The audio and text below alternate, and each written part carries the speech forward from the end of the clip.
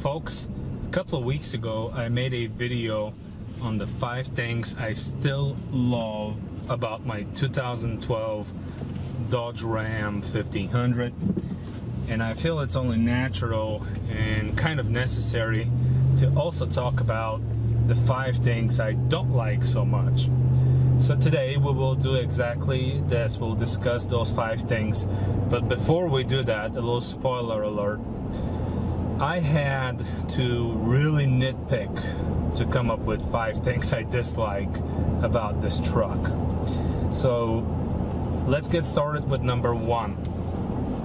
Number 1 for me has to be the brake pedal feel.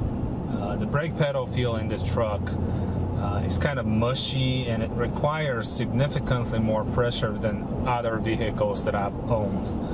I previously also owned a 2009 Ram 1500, and unfortunately that truck also suffered from the same mushy brake pedal feel. Now don't quote me on this, but I believe that this was fixed in 2014 and newer Ram trucks. Number 2, headlights. Okay, so the headlights in this truck are just not very good at all. The high beams are actually not that bad, but the low beams are just not bright. In my personal opinion, they are horrible. My truck does come with the factory installed fog lights, and they do help a bit at night, but if you truly want to have good visibility at night, you have to invest into a third-party or aftermarket solution. Number 3, the fuel tank slush.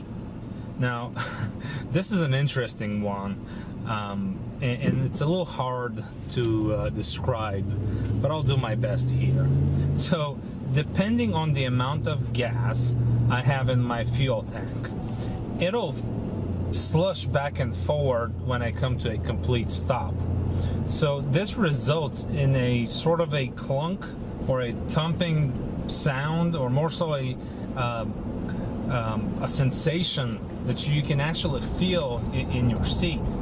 And ironically, it took me more than 6 months to figure it out.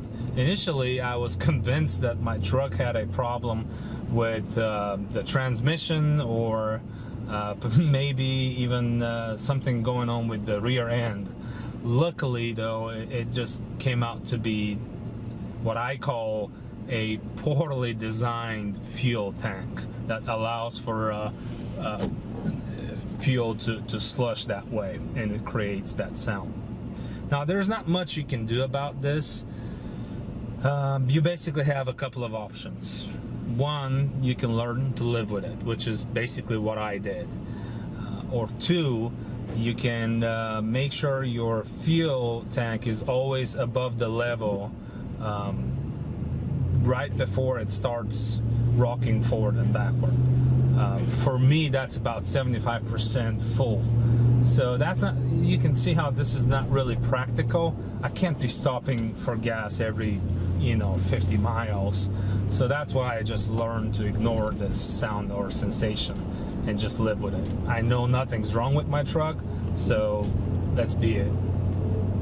Number 4 on my list of things that I dislike about this truck is the inability to easily, quickly, and safely put snow chains on these trucks without having to modify them. Okay, so basically the way these trucks come out of the factory, they don't allow you to install snow chains on them. That's a little bit weird, and it takes a bit to process, but, and I'll open up a little disclaimer. I'm only discussing my situation, my truck, and the configuration that it has, which is 20-inch wheels and tires.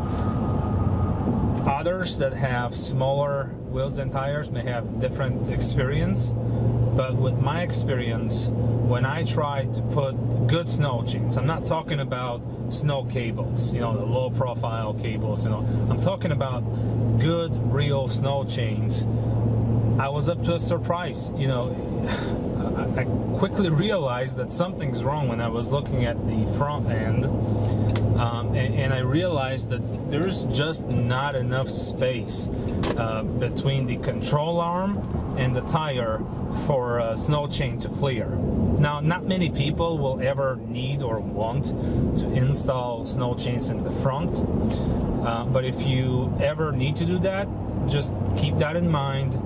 And the only thing you can really do about this is get smaller wheels and tires, potentially install wheel spacers to push out the wheels, or just buy wheels that have the proper offset that will allow you to squeeze in you know, a snow chain in between the control arm and the tire. Now, moving to the rear, that's where the situation is a little bit more interesting. Basically, the brake lines in the back are routed in such a way that they virtually leave no space for a good snow chain to clear. Now, hear this again. The brake lines in the rear are in the way of snow chains. Do yourself a favor, and if you ever buy one of these trucks used, or even the new ones have the same problem, if you buy one of these trucks, spend 15 minutes and fix that problem. The good news is that the problem is easy to fix, okay? You don't need to have any special tools, special skills. You don't have to take your truck in to a mechanic. All you have to do is get underneath your truck, find your brake lines. These are these little metal tubes. Find the brake lines in the rear, and carefully and slowly bend them away from the tire. And you will have to do some measuring with your snow chains, but this is something you do once and you forget it. You don't have to worry about it. I really don't know how Dodge allowed this truck to leave the factory floor with basically a safety issue. To me, that's exactly what this is, because most people, if and when they need snow chains, they'll just assume that their car or truck can have it installed, and they'll just put them on. And God forbid you put snow chains on this truck 10-15 yards down the street, you'll probably find yourself without brakes, because the chain will rip through that metal tube, which is, by the way, your brake line. It just blows my mind. And you should also know this, that the heavy duty versions of the Rams, like the 2500 and the 3500 and so forth, they don't have that problem. I've actually gone under one of those, a couple of those actually, and I've noticed that their brake lines are routed in a totally different way, where you can put snow chains as thick as my hand basically, and you won't have a problem. Now, a lot of people will argue, yes, you know, it's a truck, but you have 4x4 and this and that, and I personally don't have a huge problem with this. From personal perspective, I could care less, right? I live in the state of Georgia. We see a half an inch of snow and everything shuts down. But I can see how this can be really frustrating and dangerous to someone who lives in the northern states and have to deal with snow on a regular basis. So again, do yourself a favor, get this fixed.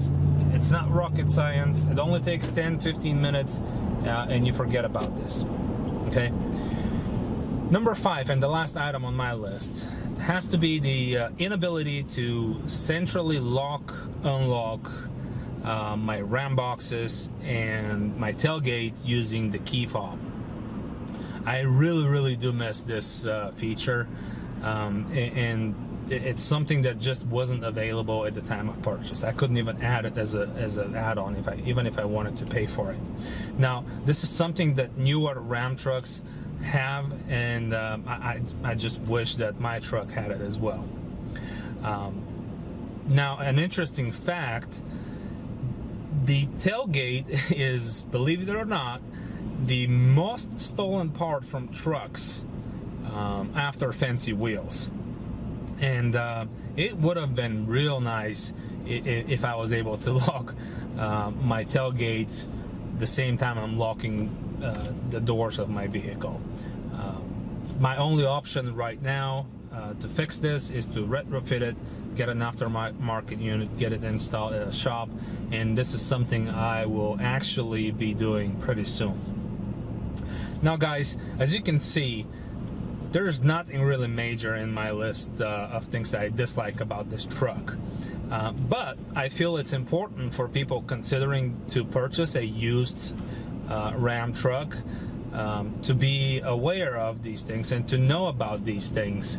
After all, what I believe it's something minor, it may be a big problem for others, and vice versa. So again, if you like my video, please hit the thumbs up button, give me thumbs up, feel free to share my video. If you have any comments, put them down in the section below. Don't forget to subscribe to my channel, and thanks for watching. I will see you in my next video.